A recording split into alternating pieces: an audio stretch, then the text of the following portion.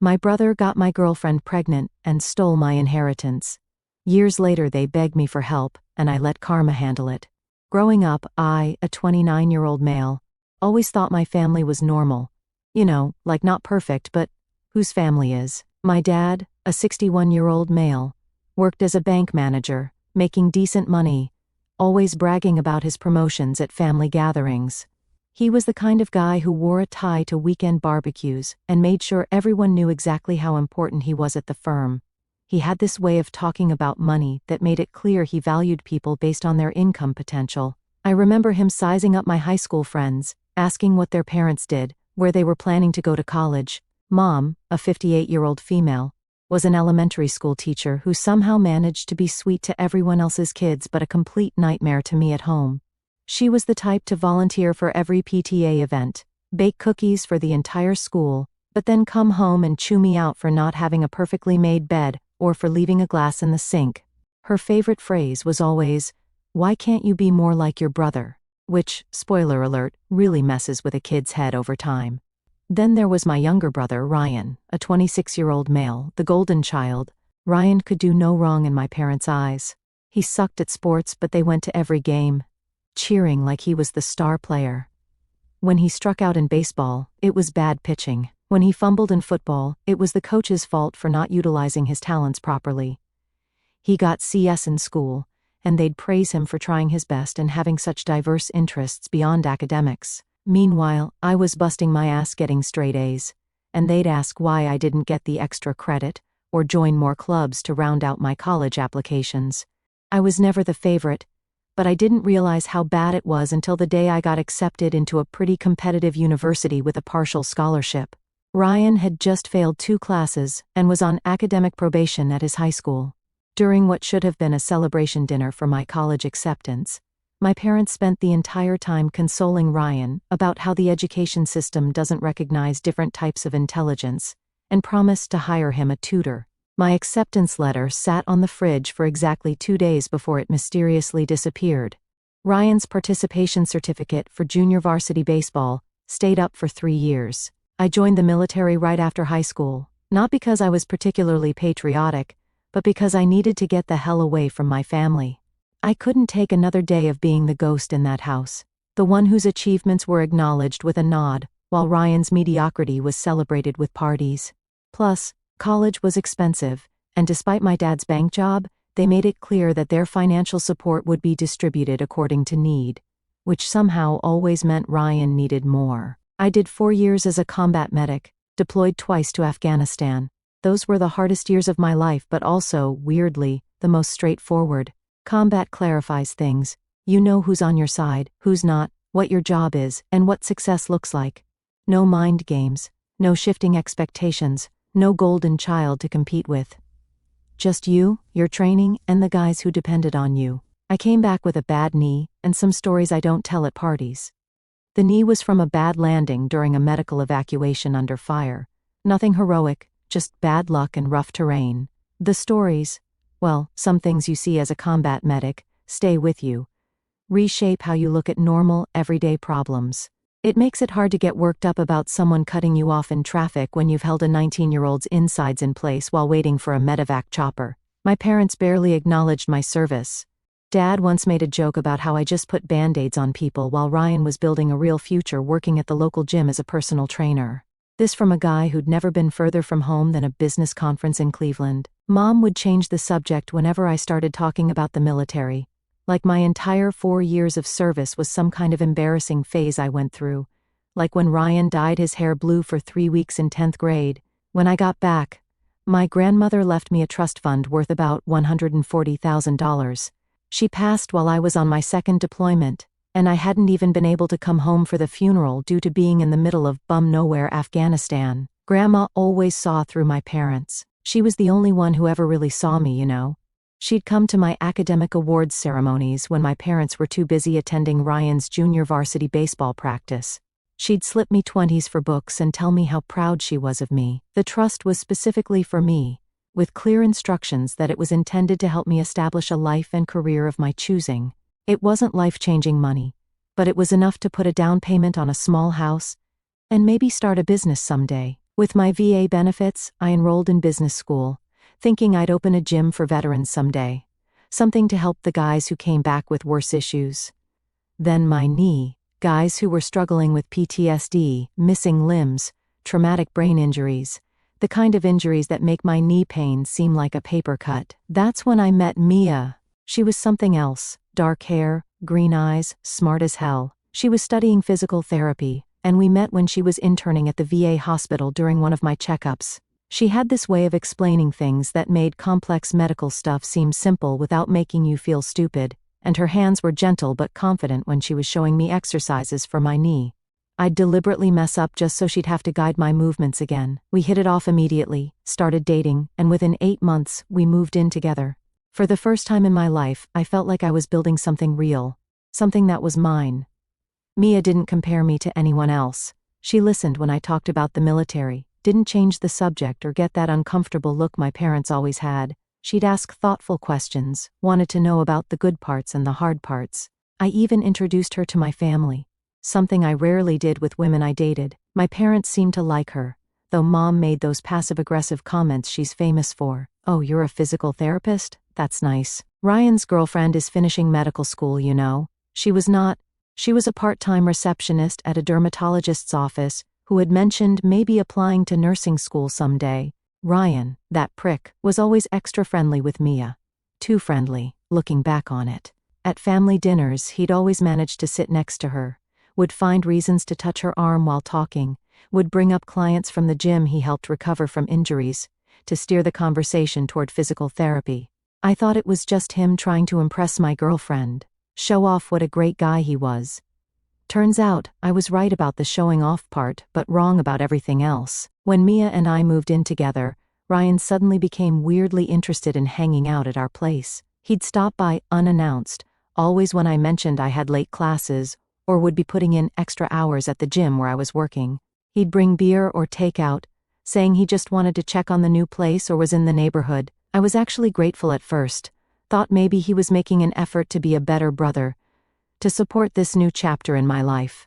Grateful. Christ, I was so naive. I had been planning to propose to Mia, had the ring and everything, nothing fancy, but it was what I could afford, after putting most of my savings toward a down payment on a small house we were looking at. It was a modest 3-bedroom in a decent neighborhood, but it would be ours, somewhere to build a life together, maybe start a family eventually. I was working as a manager at a local gym while finishing my business degree, and things were finally coming together. Then came that Tuesday. My last client canceled, so I got off work early and decided to surprise Mia at our apartment. I picked up some takeout from that Thai place she loved and a bottle of wine, thinking we could have a nice night in. Maybe I'd even propose if the moment felt right. I had the ring in my pocket, this little sapphire instead of a diamond because she once mentioned she loved the color. When I pulled into the parking lot of our complex, I noticed Ryan's obnoxious lifted Jeep, the one my parents helped him buy while I was dodging bullets overseas. It was hard to miss with its stupid custom paint job and oversized tires that he definitely didn't need for driving exclusively on suburban roads. For a second, I figured maybe he was just dropping something off. Mia and I had been talking about hosting a family dinner that weekend.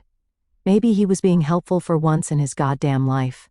As I was walking up the stairs to our second-floor apartment, I heard it. Mia's laugh, then Ryan's voice, low, saying something I couldn't make out, then silence. There's this moment right before your life falls apart where your brain tries to protect you, comes up with all these innocent explanations, these alternate realities where what you're about to discover isn't happening. Maybe they're watching a movie, maybe they're planning a surprise for you, maybe it's something totally innocent, and you're being paranoid. Your brain will do anything to avoid processing what deep down you already know is true. I unlocked the door as quietly as I could. The takeout bag felt heavy in my hand. I remember thinking how stupid that detail was, focusing on the weight of some pad thai while my world was about to implode. I walked in and caught them on our couch, the couch I had saved up for 3 months to buy. They didn't even notice me at first. It was like watching a car crash in slow motion, except the car was my relationship, and the crash was my brother's dick inside my girlfriend. I don't remember dropping the food, I don't remember the exact words I shouted, but I do remember Ryan's face, not even shocked, just annoyed at being interrupted. And Mia scrambling to cover herself, tears already starting. Not tears of shame, I realized later. but tears of getting caught. How long? Was all I could manage to ask. Bro, calm down, Ryan said, like I'd walked in on him eating my leftovers from the fridge, not the woman I loved. He actually had the audacity to sound irritated, like I was overreacting to catching them. 8 months, Mia whispered. 8 months, almost our entire relationship. While I was planning a future, buying furniture, looking at houses, picking out a goddamn engagement ring, they were laughing behind my back. Every time Ryan happened to stop by when I wasn't home, every time Mia's phone dinged with a text and she smiled to herself, every time she was too tired or not in the mood, it all suddenly made horrible, perfect sense. I lost it, grabbed Ryan by his throat and threw him against the wall. He might have been the athletic one in my parents' eyes, but 4 years of military training and hauling wounded soldiers through mountains made me stronger than he'd ever be. I could have killed him right there, and part of me wanted to feel his windpipe collapse under my fingers, wanted to watch the smug drain from his face along with the oxygen. So instead, I just told them both to get the fuck out. Now, not tomorrow, not in an hour, now, Mia tried to explain, crying about how it just happened and how confused she was. She said she loved me but had developed feelings for Ryan, said she didn't know how to tell me, didn't want to hurt me. The absolute irony of it. Ryan didn't say much, just collected his clothes and left. No apology, no explanation. Nothing. Just zipped up his pants and walked out like this was a minor inconvenience in his day. The last thing he said was, "I'll call you later," to her, not to me. Like they had plans to discuss this, strategies to manage the fallout of getting caught. Probably they did. I spent that night destroying everything in the apartment that reminded me of either of them. The neighbors called the cops because of the noise. 2 officers showed up, took one look at the state of the place and my bleeding hands, and asked if I was a veteran. When I said yes, one of them, an older guy who mentioned he'd done a tour in Iraq, just nodded. He didn't write me up, just gave me a card for the VA crisis line and told me to get some help before I did something I'd regret. Decent guy. I still have that card somewhere. The next day, I got a call from my mother, not to check if I was okay, not to apologize for raising such a backstabbing piece of shit son. No, she called to tell me I needed to calm down and be reasonable. Ryan and Mia are very upset about how you reacted, she said, like I was the one who had done something wrong, like I was the villain in this fucked up story. I couldn't believe what I was hearing. Are you serious right now? He fucked my girlfriend for 8 months in my apartment behind my back, and I'm the one who needs to calm down? These things happen, Jason. Adults handle them maturely. Ryan says it wasn't planned, that they developed feelings for each other. You can't help who you fall in love with. I wanted to vomit. Love? You're calling what they did love? They fucked behind my back for months, in my bed, on my couch. That's not love. That's betrayal. Well, they're together now, and you're going to have to accept that we're still family, and I expect you to behave civilly at dinner this Sunday. I laughed so hard I started coughing. You expect me to sit across a dinner table from them? Are you out of your mind? Don't use that language with me, young man. Your father and I raised you better than that. Apparently you didn't raise Ryan better. She gasped like I'd slapped her. Ryan has always been sensitive, you know that. He feels terrible about hurting you, but he can't help how he feels. Mia is special to him. That's when it clicked. They weren't just excusing what Ryan did, they were actively supporting it. In their warped minds, Ryan's happiness mattered more than my pain, more than basic human decency. And what about how I feel? I asked, my voice dangerously calm now. What about the fact that I was going to propose to her, that I thought she was the one? There was a pause. You were going to propose? Well, sweetheart, maybe this is for the best then, before you made a commitment you'd regret. Mia clearly wasn't the right one for you if she could develop feelings for Ryan so easily. The mental gymnastics were Olympic level. Somehow in her twisted logic, Mia cheating with Ryan wasn't a reflection on them being terrible people but on me for picking the wrong girlfriend. Do not come to dinner, she continued, not with that attitude. When you're ready to be adult about this, we'll welcome you back. I hung up and blocked her number. The next few days were a blur of rage and betrayal. I got texts from my father saying I was tearing the family apart with my overreaction. Ryan had the balls to text that he hoped we could still be brothers because family is forever. Mia sent a 4-page email about how sorry she was, and how complicated emotions can be, and how she never meant to hurt me. I deleted all of it without finishing reading. I moved out of the apartment that weekend. Couldn't stand being in the space they had desecrated. Every time I looked at the couch, I saw them. Every time I walked into the bedroom, I wondered if they'd been there too. I broke the lease, forfeited my security deposit, and found a cheap studio across town. I threw myself into work and school, trying to numb the pain with exhaustion. My friends from the military checked in on me. A couple of them offered to talk some sense into Ryan, which was their way of offering to beat the shit out of him. I appreciated the loyalty but turned them down. Violence wouldn't fix anything. Besides, I was saving all my rage for something better than a momentary satisfaction. 3 weeks later, I got an email from my bank. The trust fund my grandmother had left me, the one that was in a joint account with my parents until I turned 30, had been emptied. All $140,000 gone. I called the bank in a panic, only to be told that my father, as co-trustee, had withdrawn the funds. It was legal. The trust had a provision allowing the CO trustee to access the funds for family emergencies or significant investments. It was supposed to be a safeguard in case I got into trouble and needed help before I turned 30. Instead, it had become the perfect loophole for my father to rob me. I drove to my parents' house that night, adrenaline and rage pumping through my veins. When I pulled up, I saw Ryan's Jeep in the driveway next to a new Honda CR-V I didn't recognize. The porch light was on, and I could see movement through the living room windows. They were having some kind of gathering. Of course they were. Life goes on for them even as they were burning mine to the ground. I pounded on the door until my dad opened it, looking annoyed rather than guilty. He was still in his work clothes, tie loosened but not removed, always keeping up appearances. "Where's my money?" I demanded, pushing past him into the house. "Lower your voice," he hissed. "We have guests." In the living room sat my mom, Ryan, Mia, and an older couple I didn't recognize, who I assumed were Mia's parents. They were drinking champagne and looking at what appeared to be house listings spread across the coffee table. A celebration. While I was living in a shitty studio, sleeping on an air mattress because I'd left most of my furniture behind. They were celebrating. "What the fuck is this?" I asked, gesturing at the cozy little gathering. "Language," my mother snapped, as if that was the biggest problem in the room. Always worried about appearances, about what others might think, never about what was right.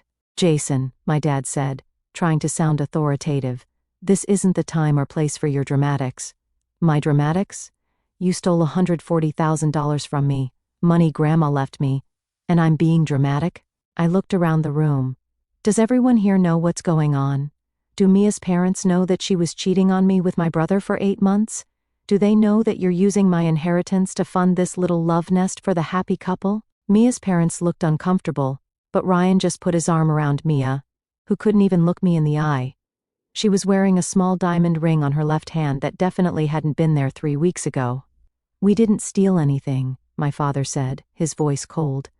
"That money was in a trust that I co-managed. I made an executive decision to reallocate it for a family investment." "A family investment?" I repeated. "What investment?" "That is enough," my father snapped, his face reddening. "I will not have this kind of language and behavior in my house. The decision has been made.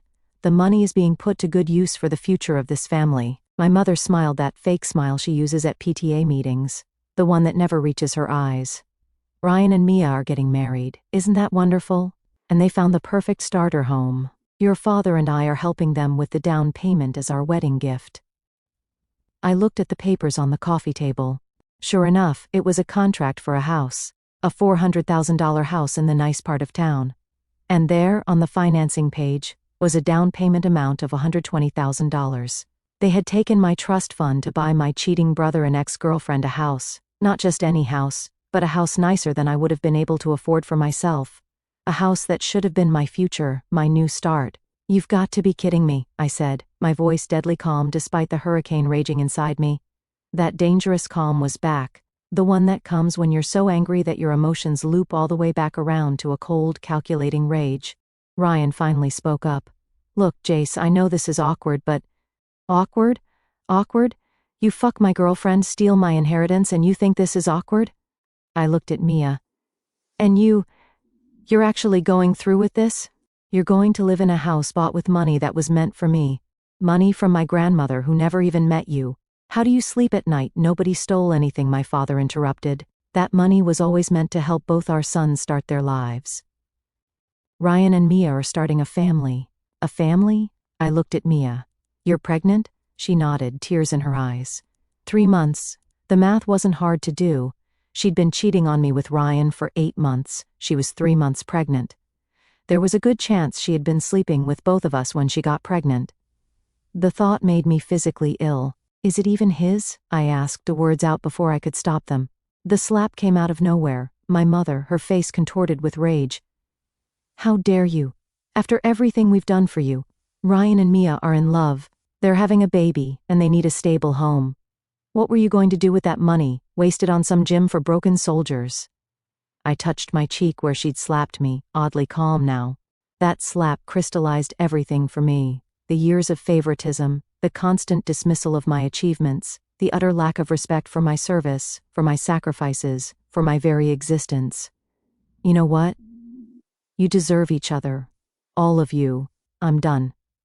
Jason, my father started, his voice stern. You're being unreasonable. I'm being unreasonable? You stole my inheritance to buy a house for the brother who fucked my girlfriend behind my back. Tell me, Dad, what part of that is reasonable? We're family, he said, as if that explained everything. Family sticks together. Family supports each other through tough times. Family doesn't do what you did, I said. Not real family. I turned to leave, but Ryan grabbed my arm. Bro, come on, don't be like this. It's not like you and Mia were married or anything. I looked at his hand on my arm, then at his face. That smug face that had gotten everything it wanted its entire life. The golden child, the favorite, the one who could do no wrong even when he was very clearly in the wrong.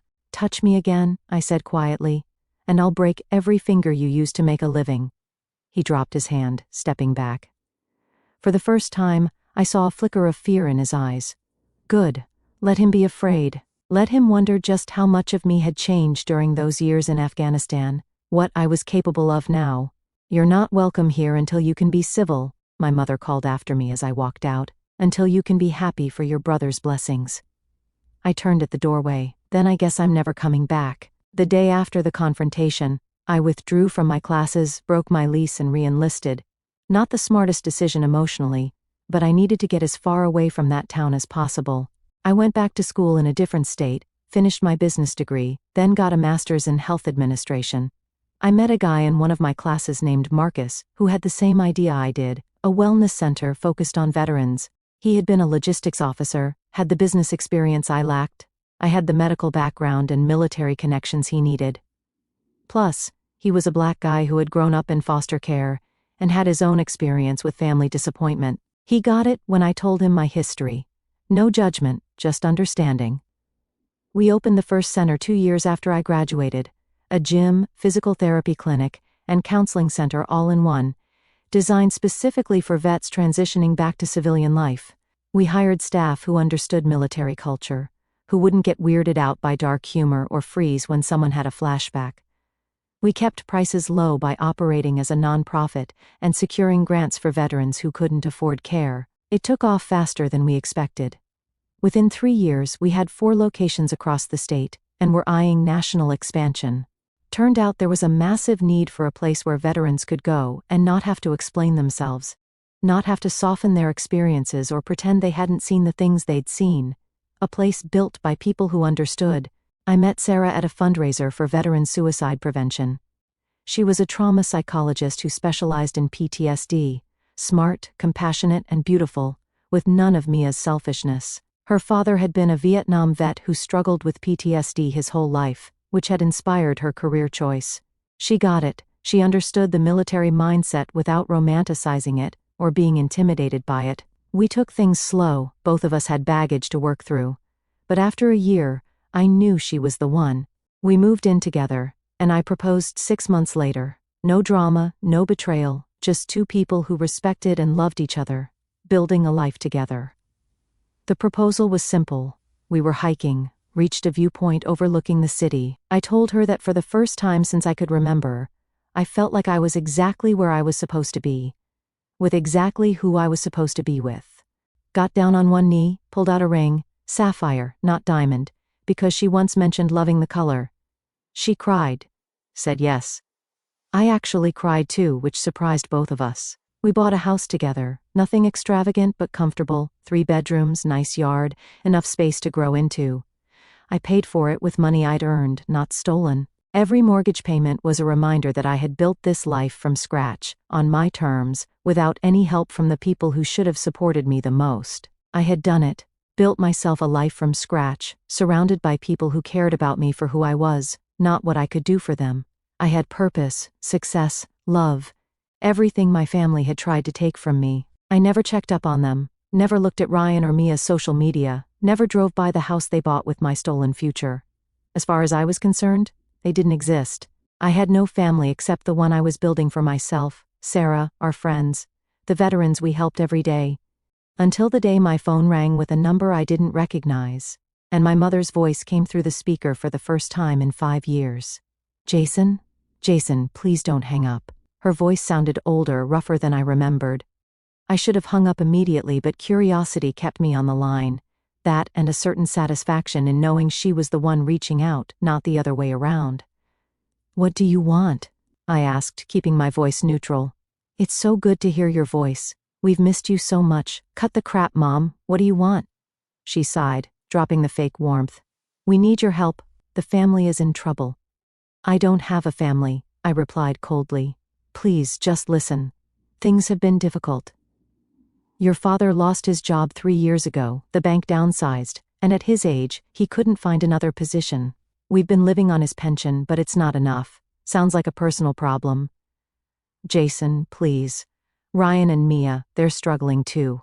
The house, she stopped herself, probably realizing mentioning the house they bought with my money wasn't the best strategy. The house you bought them with my trust fund? I finished for her. What happened? Did they not budget for property taxes? It's more complicated than that.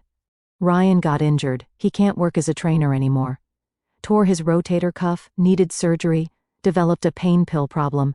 He's been in and out of rehab twice. I almost laughed at the irony. The golden child, the athletic one, sidelined by a sports injury while the damaged veteran was building a successful business. They have 3 kids now, she continued, and Mia had to quit her job to take care of them and Ryan. They're behind on their mortgage and...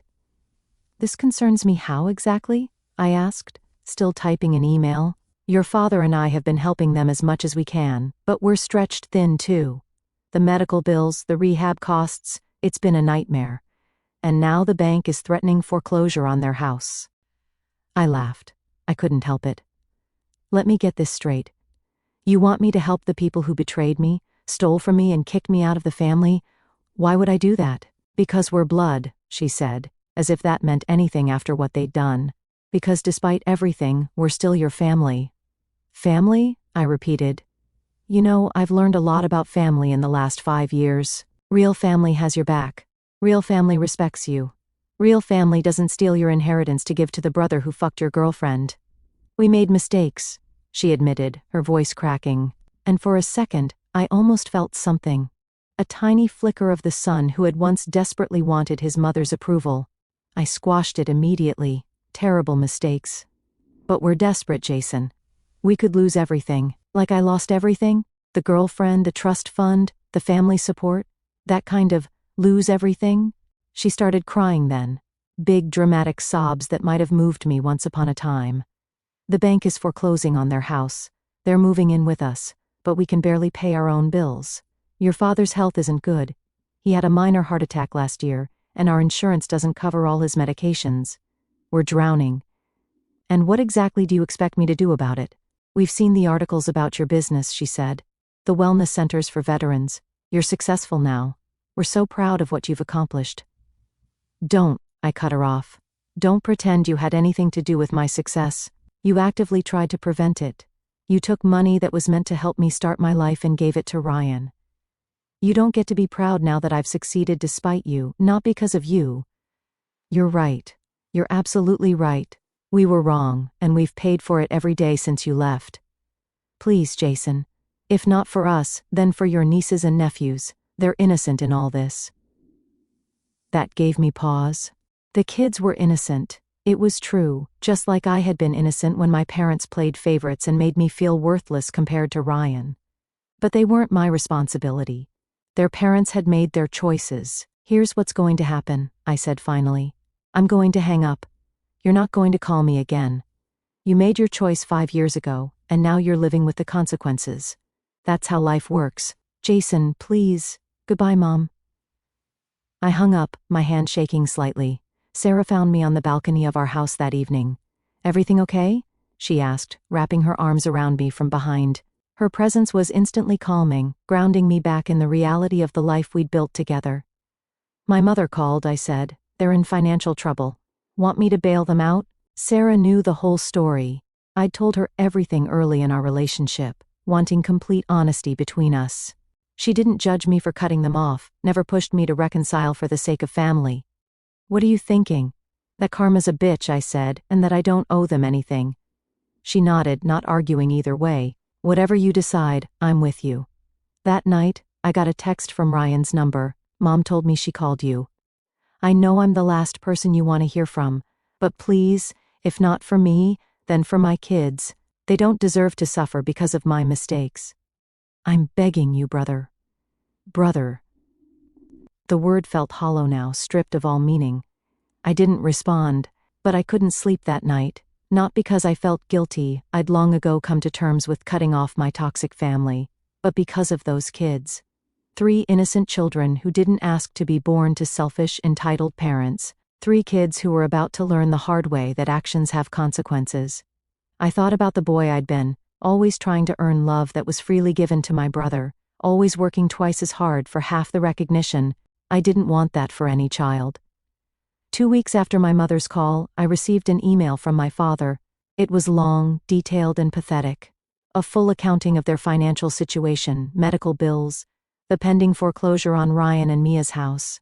Attached were photos of the kids, 3 young children, 2 boys and a girl, who had my grandmother's eyes and Ryan's smile. It was a masterful guilt trip. I had to give him that.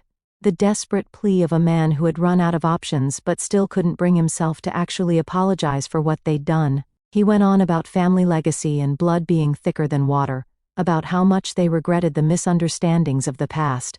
Misunderstandings, like stealing $140,000 from me, was just a simple miscommunication, like they hadn't deliberately chosen Ryan over me at every turn. The email ended with, "We're not asking for a handout, son. Just a chance to make things right, to be family again. The children ask about their Uncle Jason sometimes. What should we tell them?" I read it once, then deleted it without responding. The next day, I got a text from Ryan. "Mom told me she called you. I know I'm the last person you want to hear from, but please, if not for me, then for my kids. They don't deserve to suffer because of my mistakes. I'm begging you, brother." Deleted. Then Mia tried, a long, tearful voicemail about how sorry she was, how she'd made the biggest mistake of her life, how the kids were innocent and needed help. Deleted. My mother called 17 times over the next week. My father sent 3 more emails. I blocked them all. "Are you sure about this?" Sarah asked one night as we sat on our deck watching the sunset. "I'll support whatever you decide, but I want to make sure you're at peace with it." I thought about it for a moment. You know what I realized? They're not reaching out because they regret what they did. They're reaching out because they need something from me. If they were doing fine financially, I'd still be dead to them. And the kids, not my responsibility, I said firmly. Harsh as it sounds, Ryan and Mia made their choices. Now they get to live with the consequences. 6 months later, I saw an article in my hometown's online newspaper. The house, my house, the one bought with my stolen trust fund, had been foreclosed on and sold at auction. My parents had filed for bankruptcy. Ryan and Mia had moved out of state to live with her parents. I felt nothing, no satisfaction, no regret, no guilt, just a peaceful certainty that justice had finally been served. You know what the funny thing is? I told Sarah that night. They spent my entire life making me feel like I wasn't good enough, like I needed them more than they needed me. Now look how things turned out. She smiled and squeezed my hand. The best revenge really is living well. I nodded, and letting karma do the rest. Sometimes silence is the loudest response you can give. Sometimes walking away is the strongest thing you can do. I haven't heard from any of them in over a year now, and I don't expect to. Whatever happened to them after the foreclosure isn't my concern. I built my life without them, and they'll have to rebuild theirs without me. That's how my family learned that karma's not just a bitch. She's patient, she has a long memory, and sometimes she takes everything you thought you were entitled to. Update: holy shit, this blew up overnight. Thanks for all the awards and comments. To the people asking if I'll ever truly forgive them or check on the kids, probably not. Those aren't my kids. That's not my family. They made their choice 5 years ago, and I made mine when I didn't respond to their calls for help. Does that make me cold? Maybe, but I sleep just fine at night.